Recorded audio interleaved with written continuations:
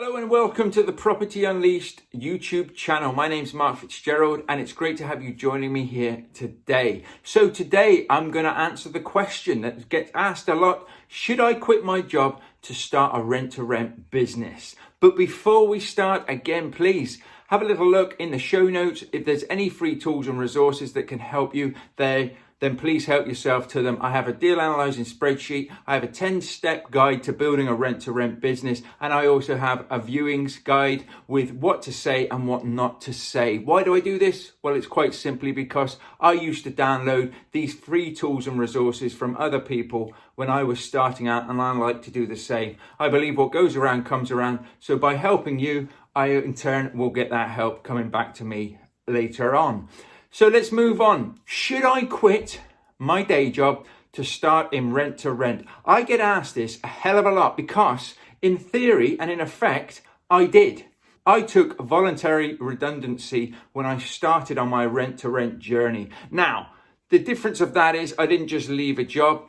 I took redundancy, in which case I got a bit of a pot of money. It wasn't a massive pot of money. And to be quite honest with you, it was enough money to last me about 6 months on my full wage of living. We did pull the reins in a bit. We did obviously sacrifice a few things to make sure that we could move forward, to make sure this could happen.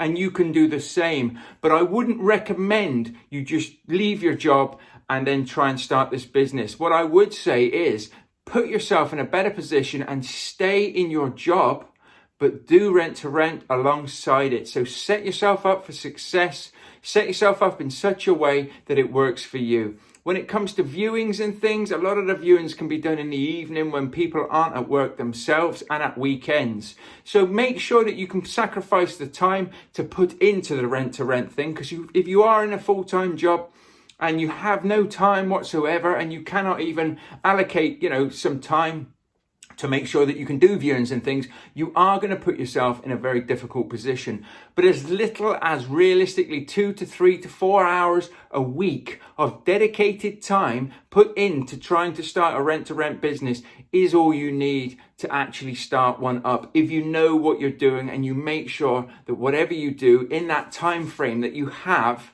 it is really positive and really going to move you forward. You don't want to be sat down flapping about thinking, what should I do now? You want to be able to sit down and say, right, this is targeted time. I'm going to do this and I'm going to make sure that I get this task complete so that I can then crack on in my day job, happy in the knowledge that I've done what I'm doing to move myself forward and my future forward. So how would you do that? Well, I would recommend that potentially you could look at getting up in the morning. So if you're not particularly an early riser, you could look at maybe getting up an hour earlier and spend an hour on your rent-to-rent business before your day even begins. That is what I used to do. And of course, you can turn it around as well. If you're not such an early person, you can potentially do it at the end of the day as well. An extra hour when maybe the kids have gone to bed, if you've got family, or you've got a bit more time at a certain time of night. Now, again, I just want to make sure that when you sit down, when you do any tasks, whether it's ringing people or stuff like that, you've got it down, noted, this is what I'm going to do as soon as I get that allocated time. So that you don't waste any time trying to think of what it is you're going to be doing. Also, if you're going to do this alongside a full-time job or even a part-time job, make sure that that job doesn't suffer. Don't all of a sudden start giving up on your day job and potentially leave yourself in a position where you could end up getting fired or into trouble. You want to be still performing at the highest level in your day job to prove to yourself that you can perform at the highest level in your rent-to-rent business or any other property business that you might be setting up. So for me, it was a case that I chose to take voluntary redundancy, but I didn't have a pot of money that was going to last forever. And to be quite honest with you, I didn't know how long it was going to take to get my first deal. Now, as it happens, from when I took redundancy to when I started sending my letters out and building my own rent-to-rent business, it took me 4 months to get my first deal. Now, some people might say that took a long time. Others might say that was very quickly. But let me tell you, while your money's dwindling down and you're trying to do everything that you can possibly do, there is a lot of that dead time. So what do I mean by that? Well, there's only so much you can do. There's only so many people you can speak to. There's only so many letters you can send. There's only so much time you can actually spend on a rent-to-rent business before you've actually got a business. before you've actually got a property, before you've actually got tenants. So it doesn't matter if you're in a full-time job. Don't give yourself a hard time and try and jump ship too early if you don't need to. As I say, I now coach people, and I've got guys and girls that have got full-time jobs that do rent to rent on the side. Some have got 3 deals, some have got 5 deals, some have got more. And they've got this all while still having a full-time job. And it is quite a full-on full-time job for them as well. But they know they're building their legacy, they're building their wealth. And whilst their day job's paying for their day-to-day living, their rent-to-rents are maximizing profits. It's just another pot building up. And they are in a position now where if they want to quit, they're earning more money now in rent-to-rent than they are in their day job. But you think about it, how do you get wealthy quicker? By bringing in more money. So if you actually got a day job that you enjoy, and you want to stay in it, and you can get the systems in place, which you can do, to manage and run your rent-to-rent business in the side, whether it's serviced accommodation or it's an HMO business, you can do so, and you can maximize your profits. You could still, how great would it be to be able to live off of your day job, but to know that your wealth in the background is building up for you to spend on whatever you want, those holidays that you want to do, a nice car, other assets to start buying in property, start buying your property portfolio.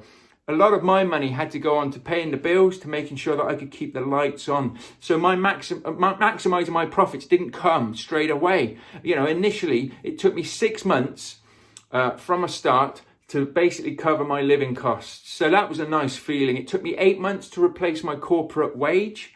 And that was the day that we can really say, I've done it. But it was 8 months. You know what I mean? So we need to be able to survive for this time. It took me 12 months. Well, in 12 months, I doubled my wage. So then I was finally had the money coming in that I could live on, and the money coming in the background to start investing in my own assets and building up my own wealth. But again, as I've said there, if you have a job that you don't mind staying in and you can do the same thing there, then your wealth's coming, and that can grow exponentially. It can grow so much quicker by keeping on with the job, or even getting a part-time job, or if you can, dropping your hours or anything like that. Don't jump ship straight away unless you get the opportunity to. There's always opportunity out there. And sometimes if a voluntary redundancy or something comes up that can put you in a really good position for potentially 6 to 12 months, that might be the opportunity. That might be an opportunity that's calling you to jump ship, to get yourself out there and to go out there and do this. But if you're going to do this, make sure it's 100% what you want to do, and you are 100% committed to achieving it as well. Make sure that it's not a flash in the pan, because a lot of the time you won't have time to change strategies halfway through. You need to commit to it. You need to be laser focused, and you need to push through. You need to make sure that it is 100% your actions, your goal, and that it is what you want to do. If it is, chase it with everything you've possibly got. All your hopes and dreams moving forward can be achieved by setting yourself up in the right manner for success, surrounding yourself with the right people in a community to help push you forward. So I hope this video has helped you and shed a bit of light on whether you should give up your job, whether you shouldn't. Again, it's down to personal choice. I took the opportunity that was presented to me. Maybe if that opportunity's come your way and this video is here and you're watching it now, it might be the right opportunity for you. But again, make sure it's right for you, your family, your circumstances, and you're not just doing it because you just seen somebody else do it, okay? Make sure it's what you want. Again, I hope you've enjoyed this. If you have, then please like and share it. Leave a comment if you've got any questions or you want to ask anything in the comment section below, and share it. If you've got any good tips or tricks from it, please share it with people who you think might enjoy it. I shall be back and I shall see you all again very, very soon. But until then, take care and bye for now.